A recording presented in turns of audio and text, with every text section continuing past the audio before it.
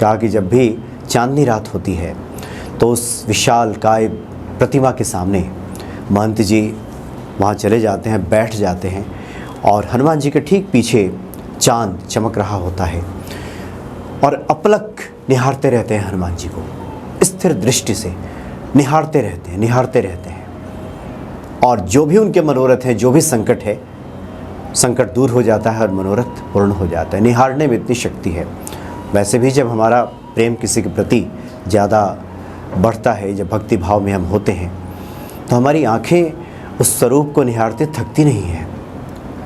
गोस्वामी जी लिखते हैं, जिस वक्त प्रभु श्री राम और लक्ष्मण पुष्प वाटिका में जनकपुर गए हैं तो एक सखी जब सीता जी से इन दोनों का वर्णन करती हैं तो कहती है कि गिरा अनयन नयन बिनु बानी, श्याम गौर किमि करों बखानी, गिरा अनयन नयन बिनु बानी। यानी जिस उस छवि को हमने देखा है, जिन आँखों ने देखा है, उसकी जिह्वा नहीं है कि उसका वर्णन कर सके, और जिह्वा जो वर्णन कर सकती है उसकी आंखें नहीं है कि उस छवि को देख सके। यानी अपलक निहारती रह गई थी वो जो सखी है, सीता जी की सखी है, प्रभु श्री राम और लक्ष्मण को देखने के बाद। तो जो भी भक्त हैं वो अपलक निहारते हैं हनुमान जी को। इसलिए जब हम मंदिर दर्शन के लिए जाएं, हनुमान जी का जब दर्शन करें तो खुली आंखों से अपलक उन्हें निहारें और उसके बाद जो भी पाठ करना है करें, जो भी पूजा करनी है करें, और उसके बाद जब वहाँ से प्रणाम करके लौटें तो हमारे शास्त्रों का कथन है कि जो मंदिर की सीढ़ियाँ हैं कुछ क्षण बैठ जाएं, वहाँ कुछ क्षण गुजारें और वहाँ फिर आंख बंद करके जिस छवि को हमने निहारा है, देखा है अपलक, उसको फिर आंख बंद करके अपने भीतर उतारें, महसूस करें कि हनुमान जी हमारे हृदय में विराजमान हैं, बैठे हैं। इसका विशेष महत्व है।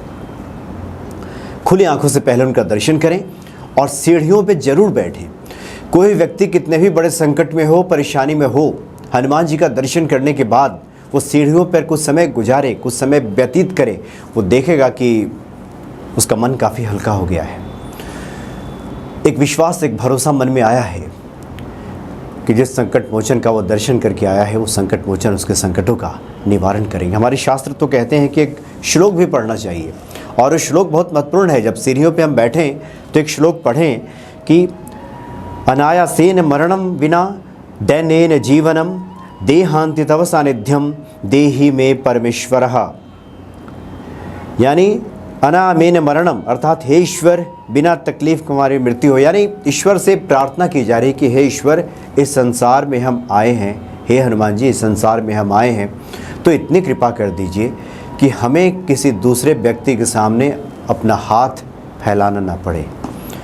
जो भी हमारी आवश्यकताएं हैं उसकी पूर्ति कर दीजिए। चूँकि इस संसार में हम आए हैं तो संसार की जो आवश्यकताएं हैं, संसार के निर्वहन के लिए जिन चीज़ों की मुझे आवश्यकता है, ज़रूरत है, हनुमान जी आप उसकी पूर्ति कर दीजिए। किसी के आगे हाथ न फैलाना पड़े और साथ ही किसी की अधीनता मुझे ना मिले, यानी पराधीन में न हूँ, किसी के अधीन न हूँ। क्योंकि पराधीन सपने हूँ सुख नाही। जो व्यक्ति किसी के अधीन है, पराधीन है, उसको तो सपने में सुख प्राप्त नहीं होता। इसलिए उस सीढ़ियों पे बैठ करके जो भीतर आपने पूजा की है वो की है, लेकिन जब सीढ़ियों पे आकर के आप बैठें और आंख मूंद करके हनुमान जी को अपने हृदय में विराजित करें, उतारें, तो उनसे प्रार्थना जरूर करें कि हनुमान जी इतनी सामर्थ्य, इतनी शक्ति, इतनी कृपा आप जरूर कर दें कि मुझे किसी दूसरे के सामने ये हाथ फैलाना ना पड़े। जो भी हमारी आवश्यकताएं हैं वो पूरी हो जाएं। और उसके बाद अंत समय में जब जीवन का आखिरी क्षण, यानी कि पहले तो जो ईश्वर के भक्त हैं वह अकाल मृत्यु को प्राप्त नहीं होते, इसलिए जीर्ण शीर्ण जब शरीर हो जाए, वृद्धावस्था को जब प्राप्त हो जाए, उस वक्त यही प्रार्थना है कि जिस वक्त मृत्यु सन्निकट हो उस वक्त आपका ध्यान आ जाए, आप ही के चिंतन में हो, आप ही हमारे सन्मुख हो, इतना कर दीजिए। और यही मांग की जाती है महामृत्युंजय मंत्र में, जो भगवान शिव से प्रार्थना की जा रही है। और सीढ़ियों पर बैठ करके यही प्रार्थना करनी है हनुमान जी से। संस्कृत का श्लोक ध्यान न भी रहे तो कम से कम हिंदी में ये भाव तो हमारे भीतर आ ही सकते हैं कि हनुमान जी से हम ये प्रार्थना करें कि हनुमान जी ऐसा करते हैं। तो सीढ़ियों पे बैठने का बड़ा विशेष महत्व है, सीढ़ियों का वैसे ही महत्व है काफ़ी। वास्तुकार तो कहते हैं कि जो हमारे घर की सीढ़ियाँ हैं उसका भी बड़ा महत्व होता है। जो मुख्य दरवाज़ा है उसका ठीक सामने सीढ़ी नहीं होनी चाहिए। आपके घर में सीढ़ी हो विषम संख्या में होनी चाहिए, सीढ़ियाँ घुमावदार होनी चाहिए। और जब सीढ़ी पे हम चढ़ करके अपने घर में प्रवेश करें तो सीढ़ी दाहिनी तरफ मुड़नी चाहिए। आप जब जाएं तो दाहिनी तरफ सीढ़ी मुड़े। तो सीढ़ियों का बड़ा विशेष महत्व है और इसका ध्यान मंदिरों में भी रखा जाता है। इसलिए कोशिश करें कि हनुमान जी का जब दर्शन करें तो लौट करके कुछ क्षण सीढ़ियों पे व्यतीत करें। सीढ़ियों की साफ़ सफाई का ही बड़ा विशेष महत्व है कि सीढ़ियों की सफाई कोई कपड़ा लेकर हम करें उस वक्त, तो उससे भी हमारी मनोकामना मनोरथ सिद्ध हो जाता है और तमाम जो शनि जनित पीड़ा होती है उससे व्यक्ति को छुटकारा मिलता है।